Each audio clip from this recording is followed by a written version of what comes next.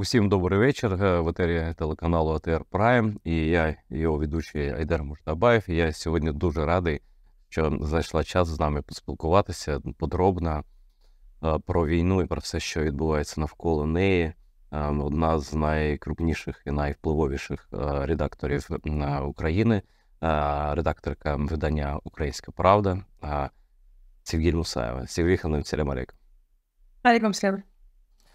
Знаєш, я б хотів, є багато питань, є про все, абсолютно, по всьому порядку денному, але спочатку я все ж таки хочу, щоб ти розказала нашим глядачам, які теж допомагають 48-му окремому штурмовому батальйону імені Номана Челебіджихана, командиром якого є Ленур Ислямов, гендиректор телеканалу АТР. До речі, вітаю Ленура з черговим званням майора Збройних сил України. Я хотів би, щоб ти нагадала цю історію, як ви зібрали, ти разом з «Українською правдою», з читачами, з глядачами вашими, ті шалені 10 мільйонів гривень на так вкрай потрібні міномети крупнокаліберні.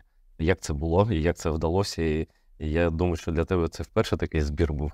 І ти, я думаю, хвилювалася, чи вдасться, але вийшло все так, як планували. Так, дякую. Це насправді був такий виклик, якщо чесно, і коли Адамович мені сказав, що потрібні міномети, я сказала, добре, зробимо, тому що коли до мене, кожного разу, коли до інших журналістів «Української правди» звертаються за допомогою Сил оборони, ми, звичайно, робимо все можливе, щоб допомогти. Але це був важкий збір, оскільки йшлося про міномети і оскільки йшлося про 10 мільйонів гривень. Ми збирали, чесно скажу, менші суми. Ми збирали 3,5 мільйони на дрони. Ми збирали 5 мільйонів на реабілітацію, наприклад, Азову бійців. Були збори також розіграшем автівок. Де коли, в тому числі, Михайло Ткач розіграв цю автівку і купував реби на 30 мільйонів гривень, але це все одно трохи не можна порівняти, тому що там все ж таки можна було виграти Мерседес, і це спонукало людей донатити більше, умовно кажучи. А ми тут нічого не розігрували, це був такий відкритий збір. І ми почали цей збір десь в листопаді, давайте скажемо так, серйозно, і за кілька місяців зібрали необхідні кошти. Зараз нам залишилося закрити суму в 750 тисяч гривень. Я думаю, що там буквально 2 тижні ми це зробимо і остаточно розраховуємося з виробником. Але міномети, наскільки я знаю, і ми в тому числі їх передавали, і ТЕДР також був вже у батальйона, і вони їх вже використовують, вже надсилають фото. Мені дуже приємно. І це справді цікаво, що в тому числі журналісти разом із своїми читачами купують міномети для української армії. Мені здається, це також, я коли порівнюю, мені здається, що це дуже показово, як ми в тому числі виросли як громадяни, тому що, оскільки ми в ефірі АТР, я нагадаю, що відбувалося, коли починалася окупація Криму, і там єдиним, що ми могли допомогти військовим, це була їжа або якісь побутові речі, так, тобто, ми там передавали плов, наприклад, продавали закрутки, ми батьки це робили, так? А зараз ми зовсім по-іншому це сприймаємо, ми можемо допомогти їм, в тому числі передавши міномети. Мені здається, це також про історія про трансформацію українського суспільства і українських громадян. Абсолютно точно. Знаєш, кожен наступний день в нас інший за попередній, і абсолютно не знаємо, що буде далі. Тому робимо те, що можемо. Я дуже вдячний вам, тобі конкретно, Михайлу Ткачу, Андрію Ткаченко, здається, так? Ткачуку, так. До речі, так. Але 2 мільйони гривень папера. І що цікаво, в тому числі, я все ж таки хочу про це сказати, що, на жаль, в тому числі ми стали такими жертвами атак і цькування, тому що були до цього 2 невдалі збори на міномети, і люди, в принципі, не вірили, що таке можливо, що можна зібрати і купити міномети виданню, так, журналістам. Ну, мені здається, що це цікава історія і співпраці якраз таки військової частини батальйону з журналістами, що все ж таки можна це зробити, можна купити, і ми це зробили. Там дійсно була спроба завадити цьому збору. І активні були деякі люди, яких я, наприклад, і навіть не чув ніколи. Вони казали, що це шахрайська схема якась, яка шахрайська схема. Міномети – це, до речі, українські. І зрештою виявилося, що ті люди, серед тих людей, які цькували Севгіль, Українську правду, і там мені теж там дісталося, вони зрештою виявилися шахраями. Розкажи цю історію, це теж повчально насправді.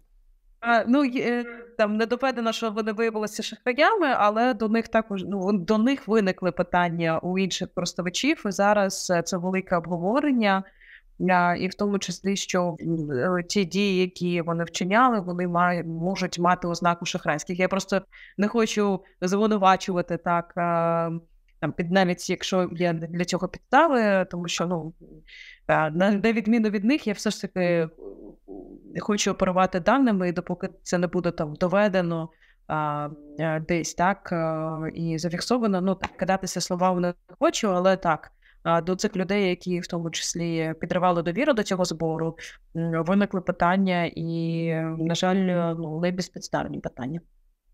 Це, знаєш, це про те, бо з ними збір закритий фактично.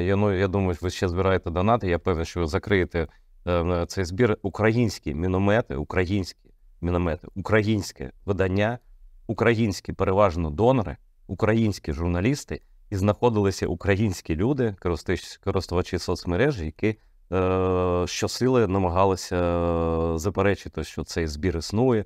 І попри факти, зараз ніхто не вибачається. Пара людей там щось написала, не зрозуміло, ми не зрозуміли, що це. Нам просто, знаєте, це чергове нагадування, що ми живемо насправді у кришталевій хаті, і нам не можна так каміннями кидатися навколо, враховуючи там свої якісь там, може, шахрайський досвід, а може, уявлення про інших, як про шахраїв усіх навколо. Ми всі збори, і я, і Севгіль, і Українська правда, і 48-й батальйон робимо абсолютно відкрито. Це все всі знають, це абсолютно все прозоре, ніхто собі жодної копійки не бере. Ви маєте теж це знати. І всі, хто нас дивляться, я вас всіх закликаю, де б ви не жили, де ви нас не дивилися, донатьте на Збройні Сили України. І конкретно, якщо ви дивитеся канал АТР, якщо ви читаєте Українську правду, в тому числі донатьте на 48-й окремий штурмовий батальйон імені Намана Челебіджихана, командиром якого є майор Збройних Сил України Ленур Іслямов, і в якому служать кримці, українці і навіть іноземці, які дійсно хочуть, дійсно мотивовані звільняти Крим, звільняти Україну. Я вас прошу, ніколи не будьте байдужими, не ставайте осторонь. І питання наступне. Знаєш, я коли слухав тебе, Сергій, мені так спало на думку, що наша сучасна українська журналістика – це журналістика з мінометами. Тобто озброєна журналістика війни. Це абсолютно ніяке не збочення, це нормально. Війна була в різних країнах, і різні країни мають приблизно однаковий досвід, я маю на увазі демократичні країни, щодо журналістики воєнних часів. Але ось зараз багато хто, ще зараз менше, ніж раніше, наполягає на тому, що головне в журналістиці – це стандарти, це вислухати іншу сторону. Але як це працює? Як ти, як найвідоміша українська журналістка, редакторка, яка спілкується з західними теж колегами, ставишся до цих стандартів, чи працюють вони взагалі в мирні часи? Тобто дізнатися думку іншої сторони, яка війна. Тут інша сторона завжди бреше. Звичайно, ти відповів на свої питання, що абсолютно очевидно, що Росія – це не друга сторона, це агресор, і це країна, яка використовує інформацію як зброю, тому що російська пропаганда – це гібридна зброя Росії, і вона використовує цю зброю не тільки в Україні, але й в інших країнах, і ми це бачимо, і, на жаль, дуже шкода і дуже погано, що західні країни це зрозуміли тільки початку повномасштабної війни, тому що ми раніше говорили, ми раніше розповідали про небезпеку Russia Today, але Russia Today була відімкнена, наприклад, у багатьох європейських країнах лише після початку повномасштабної війни. Давайте пригадаємо там Крим, якщо ми там згадуємо, в тому числі, я так розумію, що це ефір до 10-ї річниці окупації Криму. Звичайно, Росія використала пропаганду як знаряддя в Криму. Абсолютно очевидно, що людей залякували, людей лякали якимось нацистами, бандеровцями і так далі, що зараз приїде потяг. І, звичайно, там, в тому числі люди, які, на жаль, там були введені в оману, вони там в якийсь момент почали чекати Росію, так? Тому що російська пропаганда спрацювала.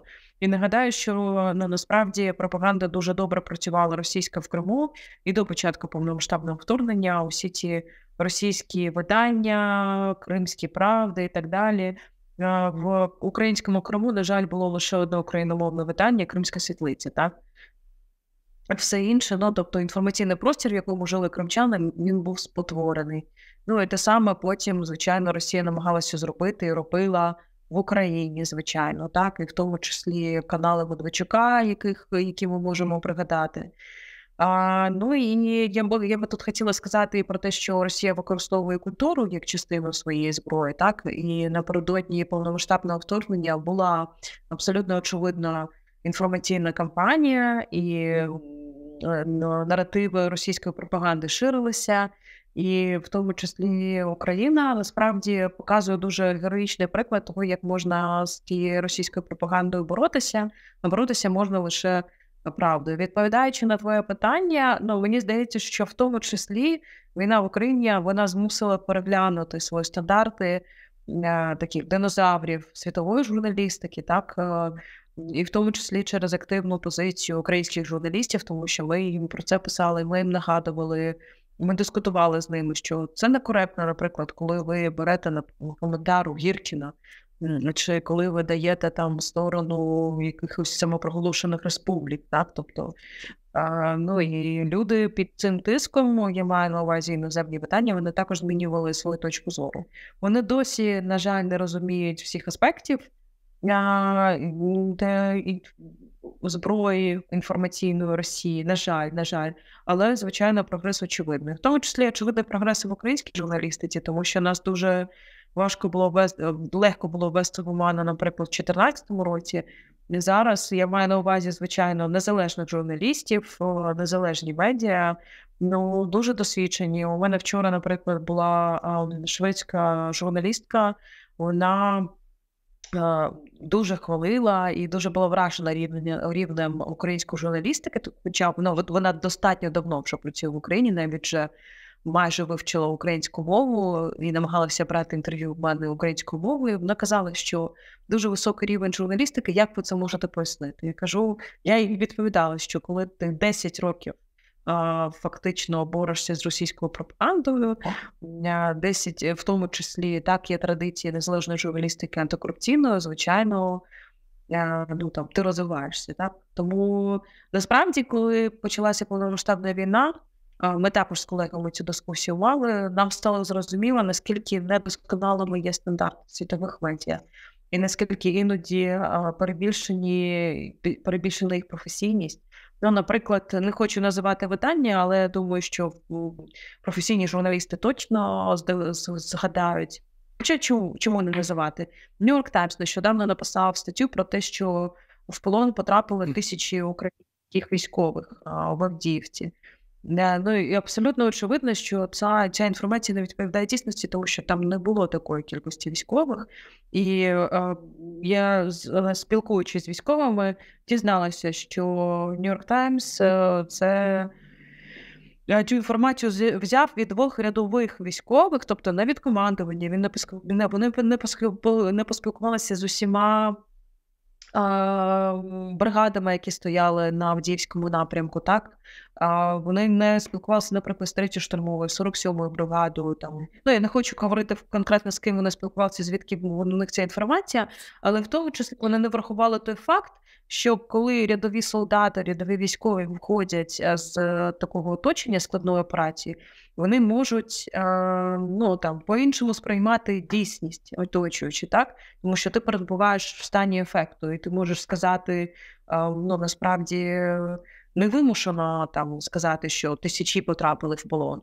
Але це не привід, це одразу видавати ефір. Ти маєш це дуже серйозне звинувачення, це дуже серйозна інформація для того, щоб її ширити для своїх читачів. Ти маєш її перевірити якомога великій кількості джерел.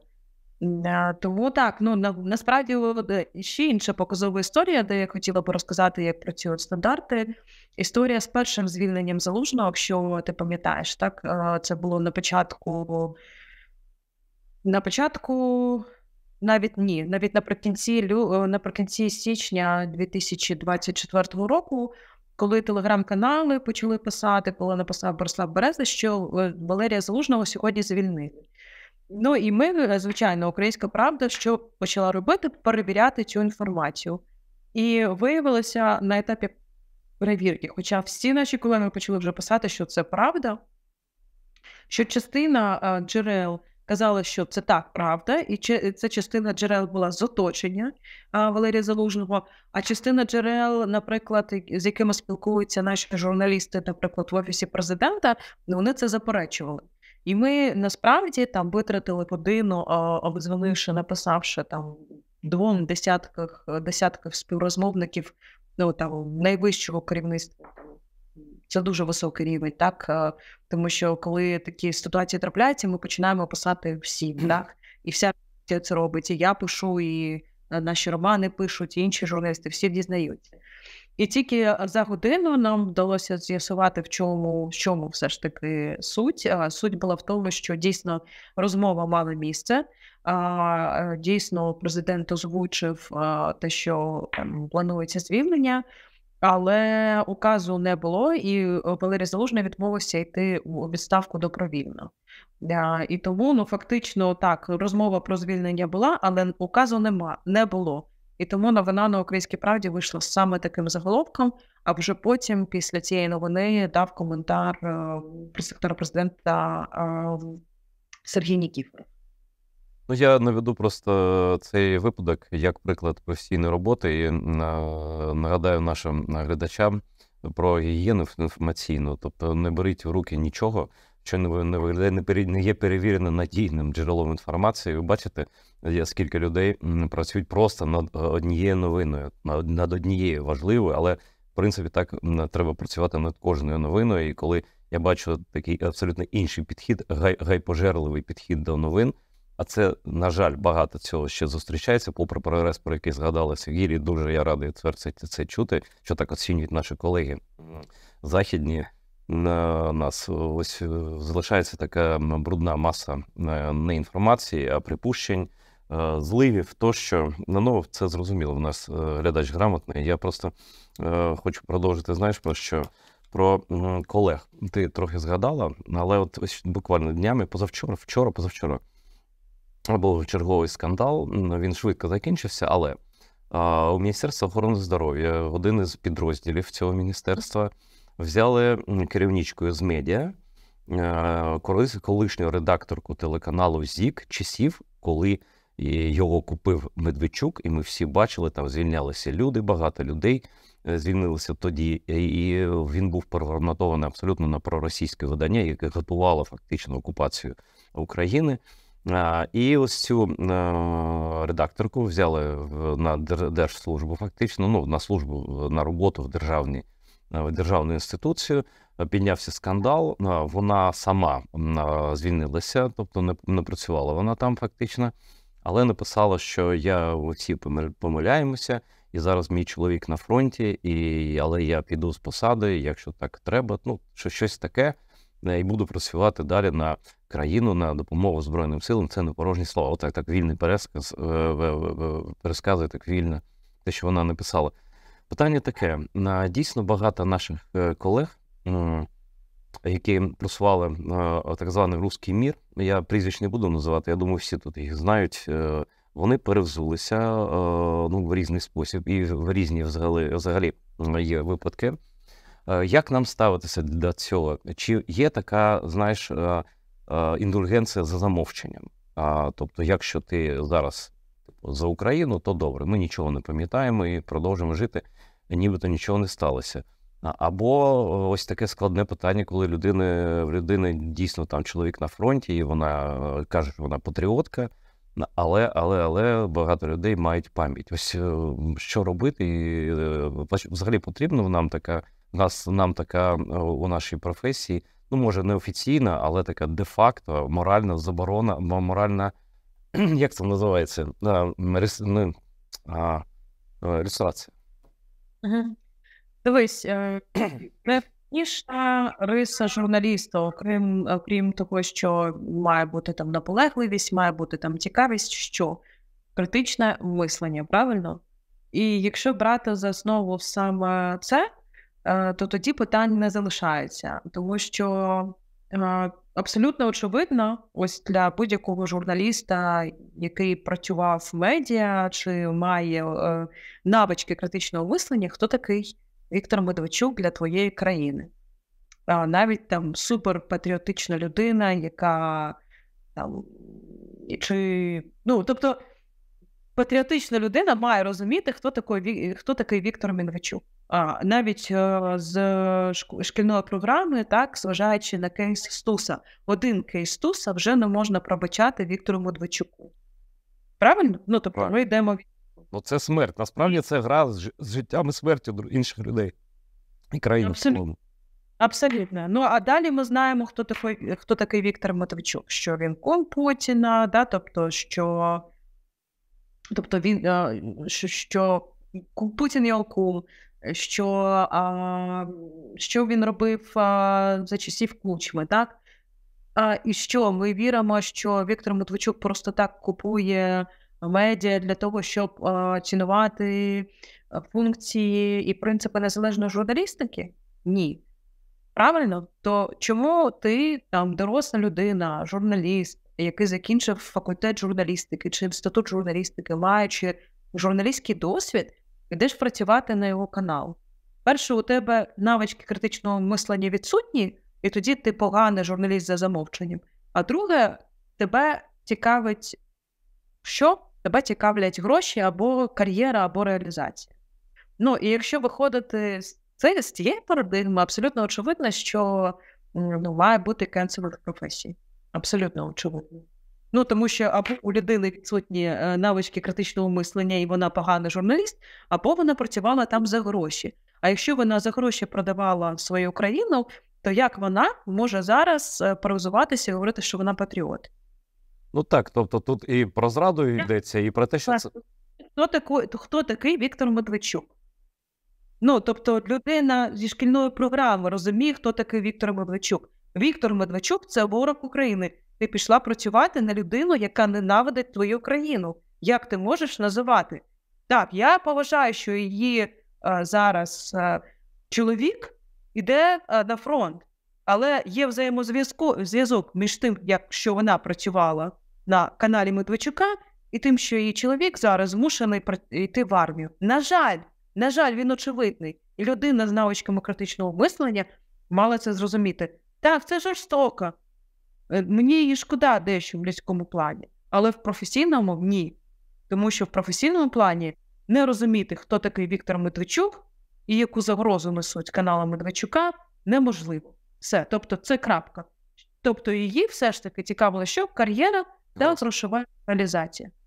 Так все, це зрозуміло. А там ще один з аргументів. Я чому зупиняюся на цьому питанні, це важливо для всіх. Це не про конкретну людину навіть. Вона там, як один з аргументів за те, що вона просто помилялася і це вже в минулому все, наводить той факт, дійсно факт, що каже, в нас 90% журналістів десь на когось працювали, хто пов'язаний з Росією. А як ти такий аргумент сприймаєш від таких людей? Дивись, так, наприклад, я теж колись працювала у журналі «Власть денег», який входив в групу «Лукойл». Але це було в 2010 році. Так, 2010 рік, тобто до агресії, до всіх цих історій. Тобто, все одно вибір є у людини. все одно є. І є купа медіа в Україні, незалежних, і є купа, нехай навіть олігархічних українських медіа, для того, щоб мати все ж таки вибір не працювати на російській медіа. І що значить на російській? Тобто, це очевидно пропагандистський ресурс. Прямо очевидно, абсолютно було, для чого Медведчуку потрібні ці канали. А те, що Росія намагалася приборкати український інформаційний простір, це очевидно. Я пам'ятаю, там на 2010 році журналістів запрошували на різні простори, наприклад, Газпрому. І я в один із просторів, наприклад, потрапила. І коли, сорі, у нас тут павук просто спустився.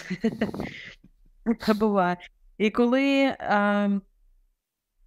у нас була зустріч вже з Міллером, я йому напряму запитала: скажіть, будь ласка, ви це все влаштовуєте журналістам українським для чого? Ви хочете їх купити? Я це питання поставила йому на прес-конференції у Москві в 2010 році.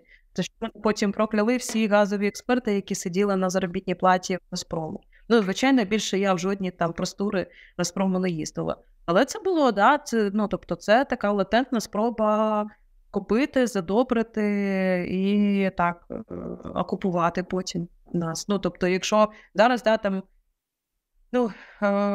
очевидно було абсолютно, що у 2010 році Росія дуже, скажімо так, посилила спроби забрати Україну назад в своє, під свій вплив. І Віктор Янукович, як президент, це був якраз таки остання надія Кремля. І після того, як вони зрозуміли, що це не спрацює, вони почали агресію. Так, але вибір є завжди, і коли проти твоєї країни починається війна, мені здається, що ти маєш все ж таки зрозуміти, що відбувається, і зробити свій вибір. А я бачу твого павука, він проповз кудись за гори. Я не знаю, це якісь нупи, насправді, якщо є прикмета, він висить, правда. А я думаю, знаєш, раптом Сівіль злякається павука, це буде дуже смішно. Редактори з мінометами злякалися павука, але ти не злякалася. Ой, насправді, ти знаєш, ось я останнім часом, вже роки, не пам'ятаю коли, я цих павуків навіть не чіпаю. Ось це їхнє життя, вони мають бути власниками своїх кутів. І від них шкоди набагато менше, ніж від деяких людей. Зараз тікає від інтерв'ю. Так, павук, давай, пане павуке, павуче, давайте нам не заважайте, ми продовжимо. Останнє розслідування «Української правди», я маю на увазі бригаду Михайла Ткача, стосувалося Польщі. Я дуже хочу, щоб ти розповіла це подробно, я запам'ятаю те, що ти скажеш, бо завтра в мене має бути польський журналіст відомий, дуже гарна людина, проукраїнський, і ми з ним домовилися, ми минулого тижня з ним розмовляли, і домовилися цього тижня повторити в розвитку ситуації. Що там сталося, більш-менш там зрозуміло, чим закінчилася, скажімо так, ця ситуація, як це вплинуло на Польщу, на польське медійне поле, на політики суспільства, і на що нам чекати з цим конфліктом, який абсолютно безглуздий і лише на користь Росії йде? Так, ти абсолютно правий, що це все йде на користь Росії, і в тому числі ми бачимо купу російських коментаторів зараз під текстом, під відео Михайла Ткача, іншими нашими відео, які розповідають про цю проблему. Ми просто в редакції десь за тиждень до інциденту вирішили, що потрібно дослідити тему торгівлі Польщі з Росією і Білоруссю. І вирішили це зробити, підійти з двох боків. Перше, це все ж таки дата. Я маю на увазі дата. Не можу перекласти, буває. Я маю на увазі це бази, так? Тобто ми передивилися митні бази Європейського Союзу, європейських країн, ми передивилися митні бази польські і зрозуміли відсоток торгівлі.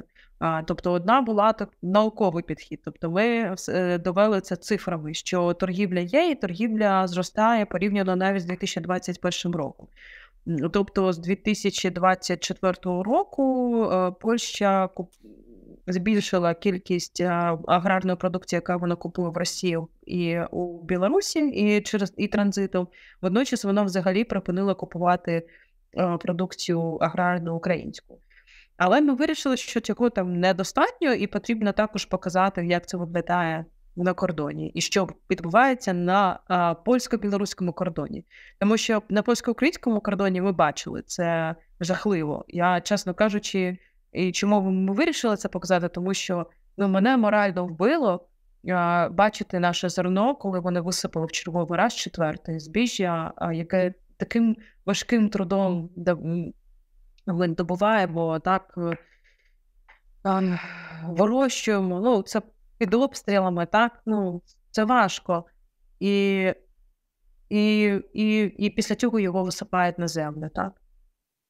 І ми поїхали на польсько-білоруський кордон і були шоковані тим, що там, сорі, тут павук.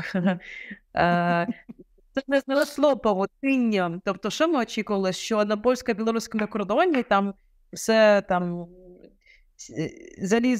залізні заслони, так, там залізний занавіс, все павутинням поросло. Ні, кожну хвилину проїжджає вантажівка. Кожну хвилину. Вантажопотік величезний. І у нас був шок. Як таке може бути? Тобто країна, яка стікає кров'ю, ви зараз блокуєте її кордон, принижуючи. Тобто тут же ж головне навіть не економічна історія. Тут найважливіше, мені здається, все ж таки аспект приниження цілої нації, цілої країни, яка там 2 роки стікає кров'ю. А водночас відбувається торгівля з Білоруссю. І це, звичайно, нас вразило, і стався інцидент, який ще більше, мені здається, поглибив цю кризу, але спричинив водночас інтерес до теми. І зараз Туск вже каже, що ми розглядаємо заборону імпорту російського. Для нас це внесок. Для нас це якраз таки про журналістику, яка приносить зміни. Так? Це один із найголовніших принципів роботи Української правди. Якщо після цього розслідування, до речі, хочу зазначити, що польські журналісти, наприклад, цією темою не цікавилися. Українські журналісти, Українська правда першою опублікувала статтю розслідування про польську, російську і білоруську торгівлю. Польських журналістів це не цікавило. Ми відкрили зараз очі, зараз так дійсно це обговорюється, і Польща зараз виглядає, звичайно, дуже погано в очах Європейського Союзу. І тому вони змушені будуть ухвалити рішення щодо заборони імпорту. Допоможе це Україні? Не впевнена, але для нас важлива ця ось принциповість, так, того, щоб все ж таки було якесь поважливе ставлення до нашого поля, до нашої ситуації. А чому ти думаєш? Чому ти думаєш, що не вплине? Я думаю, що вплине, бо це ж вони ж виправдовуються тим, що це правила Європейського Союзу, і вже уряд Польщі вимушений був під тиском, під вашим тиском, під тиском своїх журналістів, вимушений був звернутися, вони звертаються або будуть звертатися до Єврокомісії з проханням заборонити взагалі торговлю з Росією і Білоруссю, яка триває, щоб усі зрозуміли це так чітко, ще через Литву, через Латвію і Естонію. Так, там може інший потік, але в принципі там щось теж є. І з Фінляндією, не знаю, там зовсім перекрито або ні. Ми ж теж думали до вашого розслідування, що в Польщі кордон просто залізобетонний з Росією і Білоруссю, так? А виявилося ні.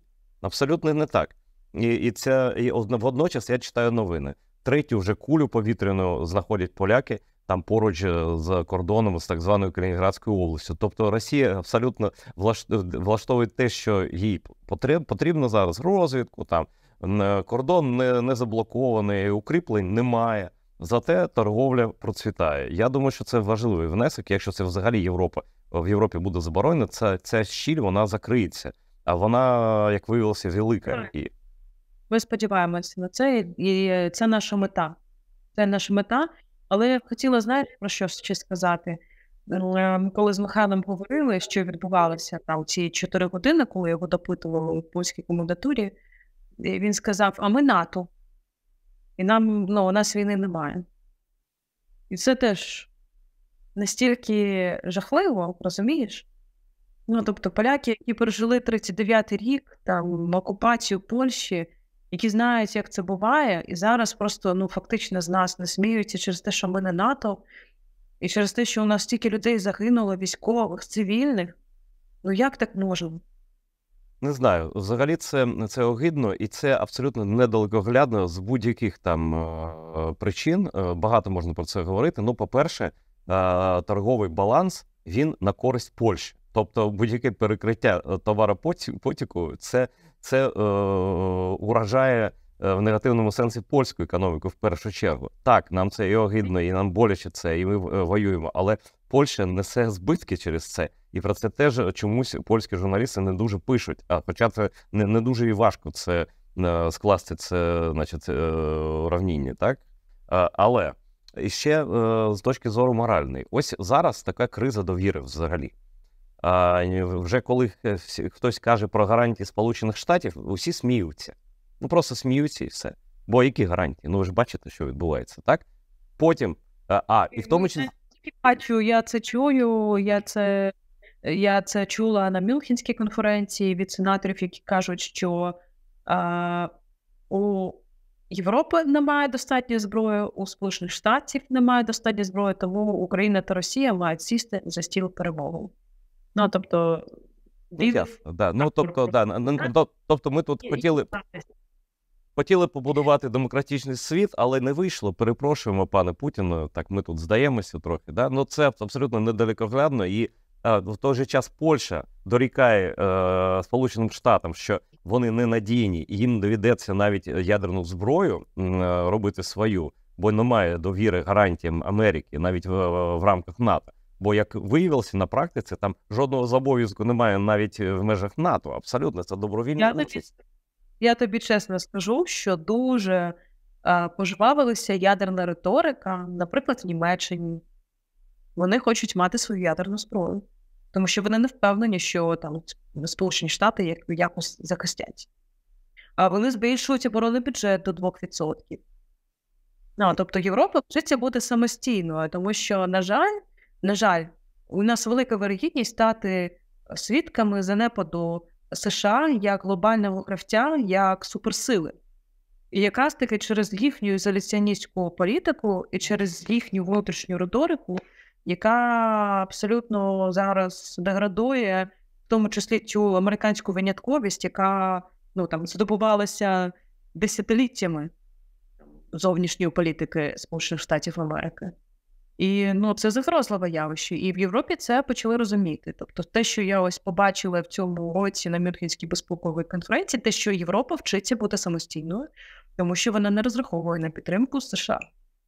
Ну ось я ж кажу, зараз криза довіри, і будь-яка криза призводить до зрушень, і це абсолютно логіка, так завжди було, лише б встигли всі ці зрушення на кращий бік відбутися. Я хочу продовжити про Польщу. Польща дорікає Америці, а ми можемо сказати, а як вам довіряти? А як на вас розраховувати в майбутньому, там, в короткому або в довгому? Ви ж теж спокійно дивитеся на блокаду, яка, нібито почали пропускати там всі безпекові вантажі, але все одно і проблеми з цим були. І буквально і Аркадій Бабченко, дуже важко вони перетинали кордон. Вони блокували, і не могла заїхати техніка військова. Як це? Як таке може бути? Риторичне питання. Разово російські ракети перетинали польський простір. Друзі, в 39-му році, я не хочу просто про це говорити. Це настільки нерозуміння уроків історії, це таке абсолютно відірваність від життя, від реалій, де ви думаєте, що вас це не торкнеться? Ви там смієтеся, насміхаєтеся над українськими біженцями в Польщі. Я була свідком цього. Ці люди привезли в тому числі гроші. Так, у них зараз небезпечно в їхній країні, але вони в тому числі допомагають зараз розвивати вашу економіку. І це не пусті слова.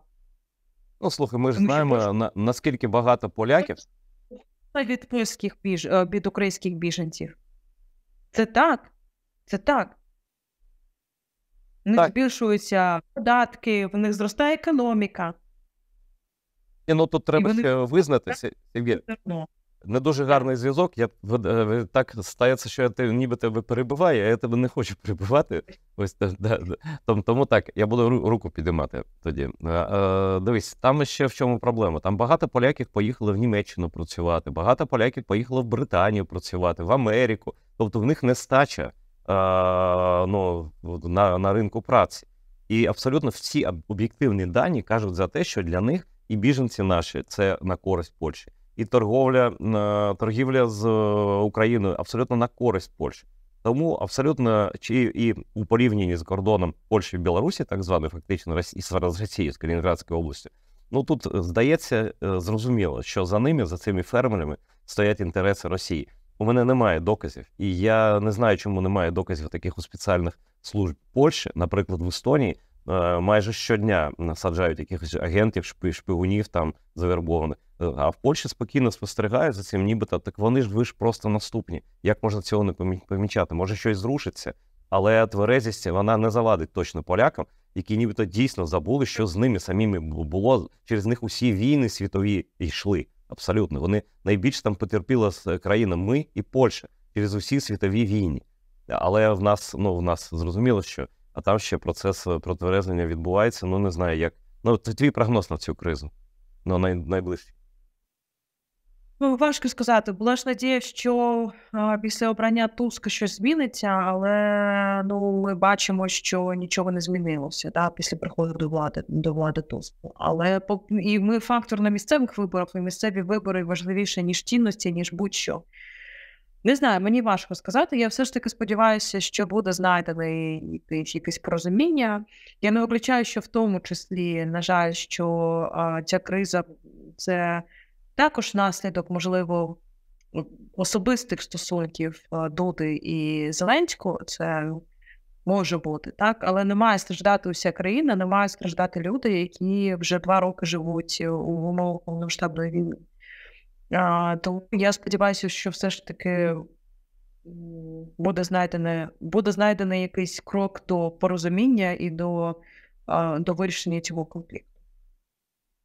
Надіємось, і завтра з польським журналістом буду розмовляти про це. І я закликаю вас теж увімкнути ваші екрани на 17 годину вечора. Завтра буде прайм з польським журналістом.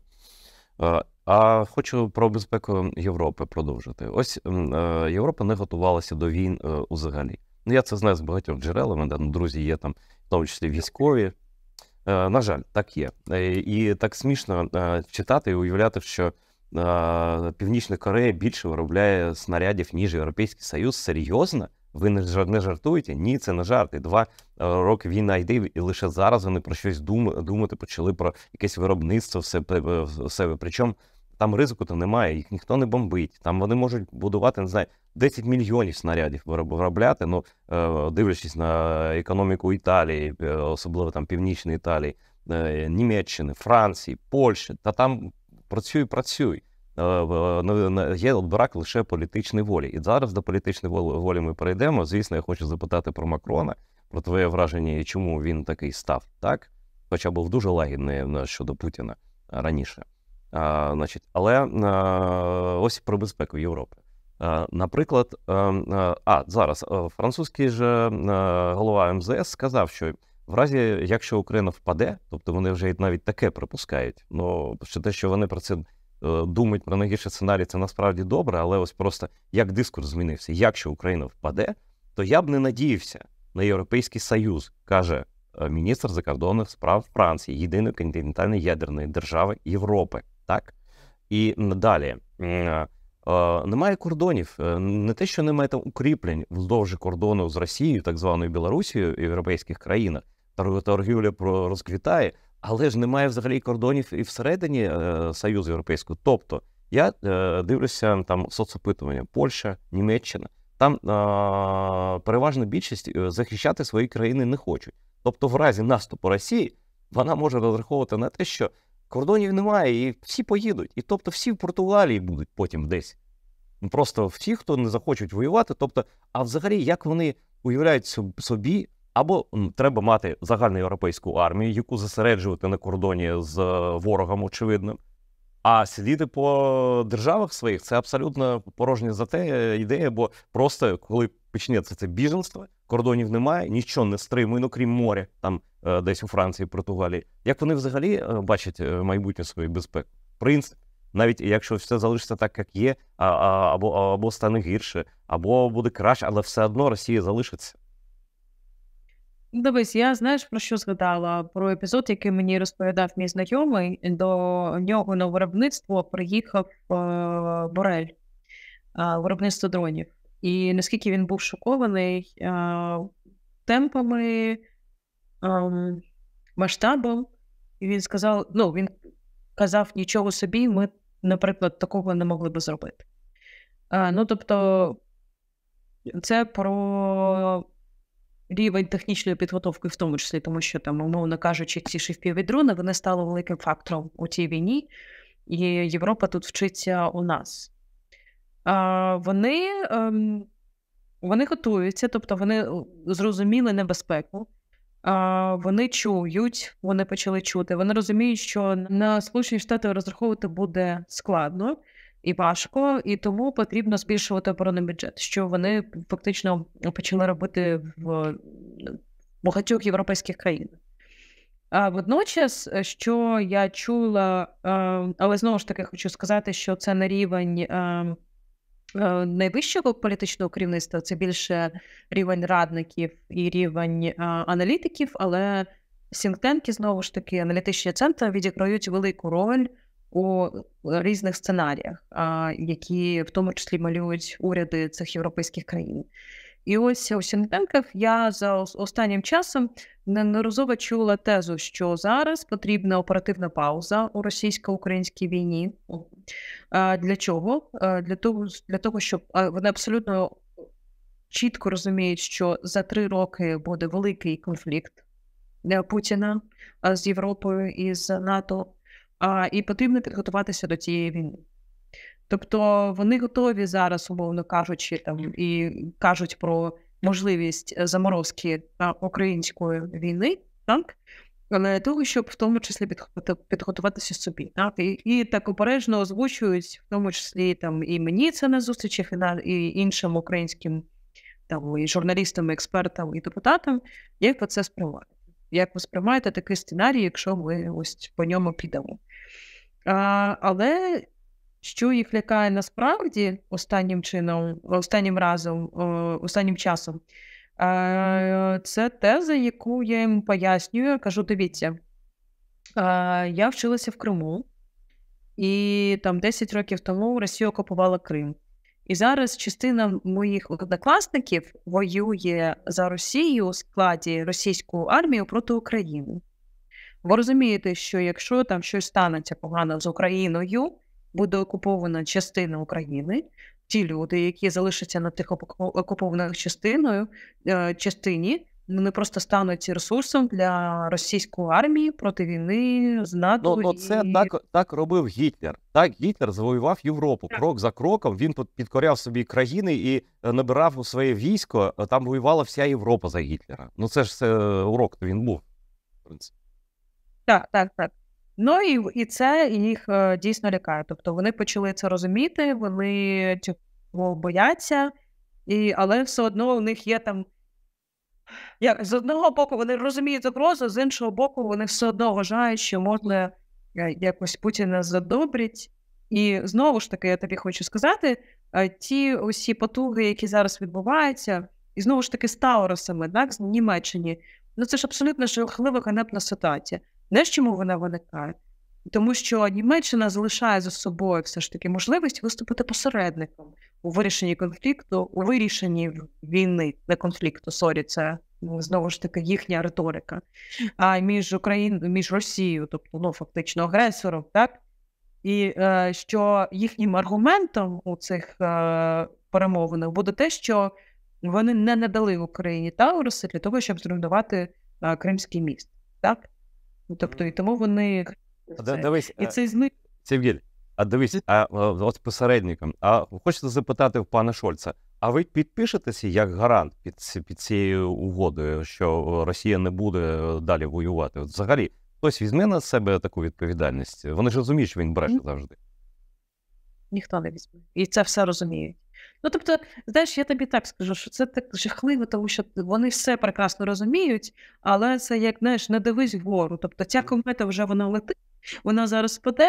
Ось у мене було 2 роки тому назад, коли цей фільм вийшов, ще не було вторгнення, таке там розуміння того, що відбувається по відношенню до української влади. Так я тобі ж зараз хочу сказати, що у мене після Мюнхенської безпекової конференції таке саме відчуття, але щодо взагалі глобальної ситуації у світі.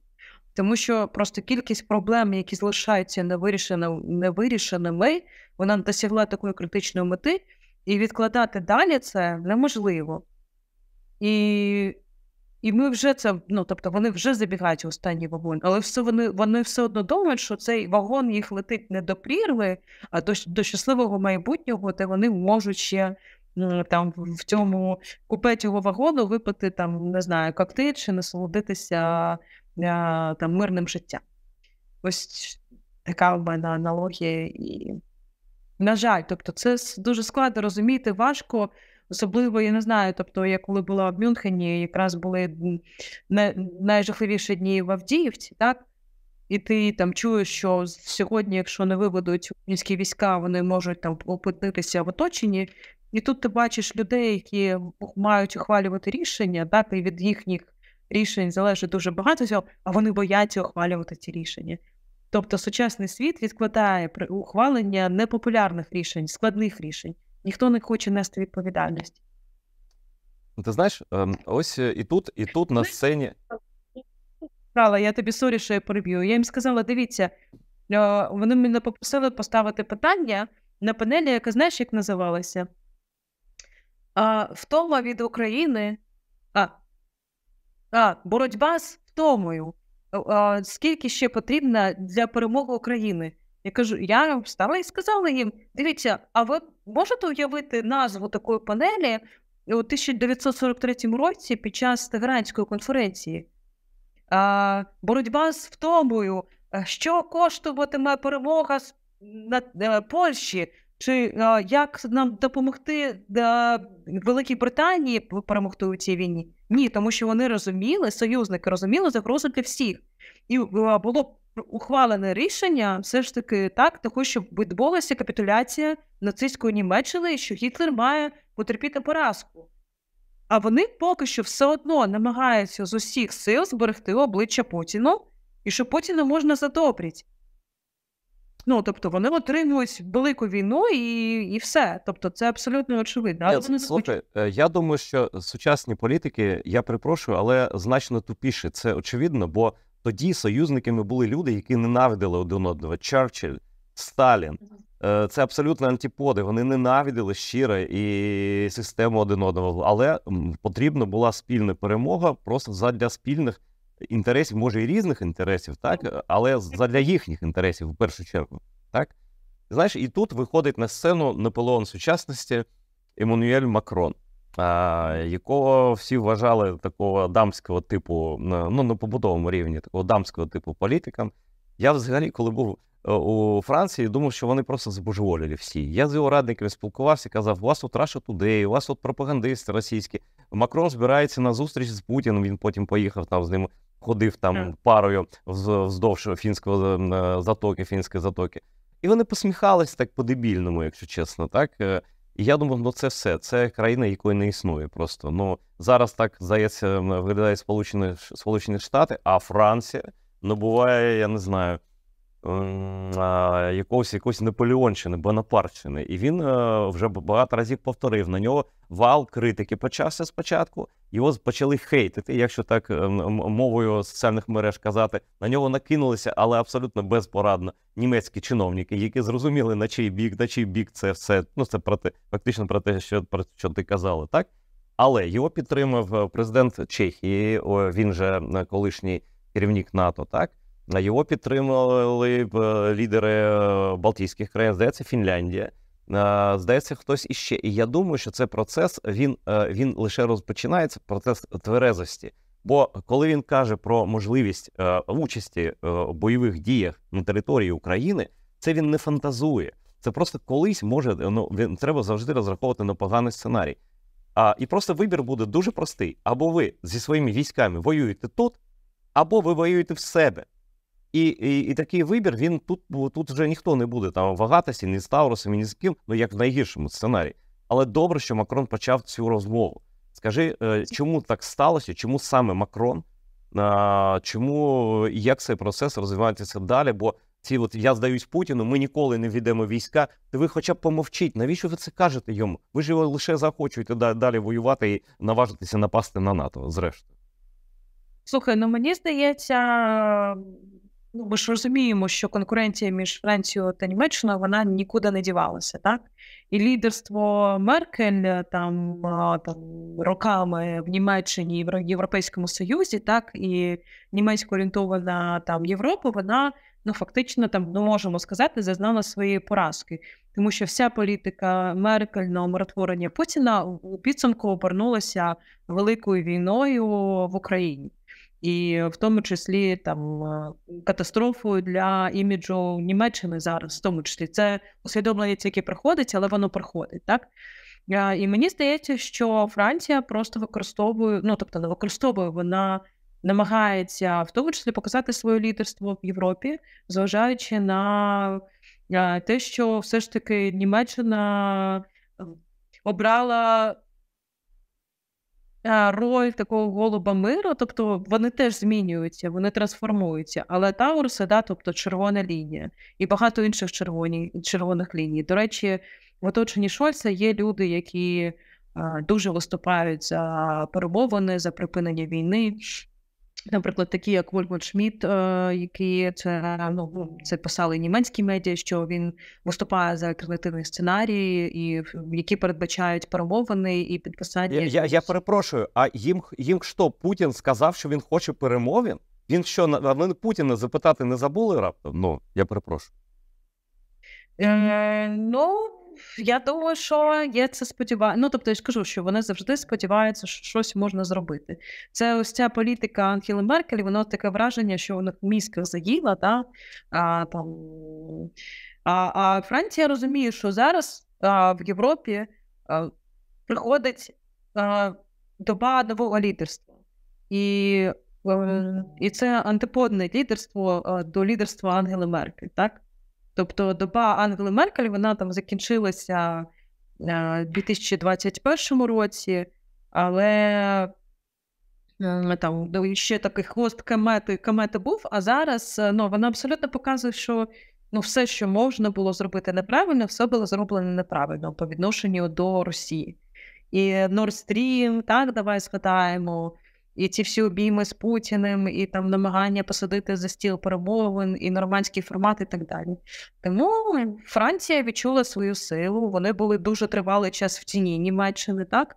А зараз є запит на нове лідерство, і Макрон просто користується цією нагодою. Це моє бачення ситуації. Є, звичайно, якісь ще дуже такі, знаєш, як би так сказати, конспірологічні версії, що це також робиться для того, щоб підвищити рівень для перемовної позиції з Путіним. Такі конспірологічні версії також лунають. Але я все ж таки дотримуюсь версії, що це спроба перехопити це політичне лідерство, яке потрохи змінюється у Європі. Я думаю, що справді ти маєш рацію у цьому саме ствердженні, бо конспірології я не вірю. І я бачу, яка сварка між німці так відбрехується. Дуже смішно. Насправді це виглядає, це просто така, знаєш, ломка політики європейської. Я дуже вдячний тобі за те, що... Реагували на ці футболки Тауруса, коли там наші активісти на Мюнхені їм дарували ці футболки, знаєш, там візьміть. А вони червоніли, вони там не хотіли це, дуже смішно. Я думаю, що зараз просто спливає час нашої програми, зараз тролінгом німців дуже вдало займаються французи, і нехай їм щастить. І дякую тобі за приділений час. Це була Севіль Мусаєва, редакторка «Української правди», найкраща редакторка України, і вона представниця нашого народу, чим я дуже пишаюся. Дивіться АТР далі.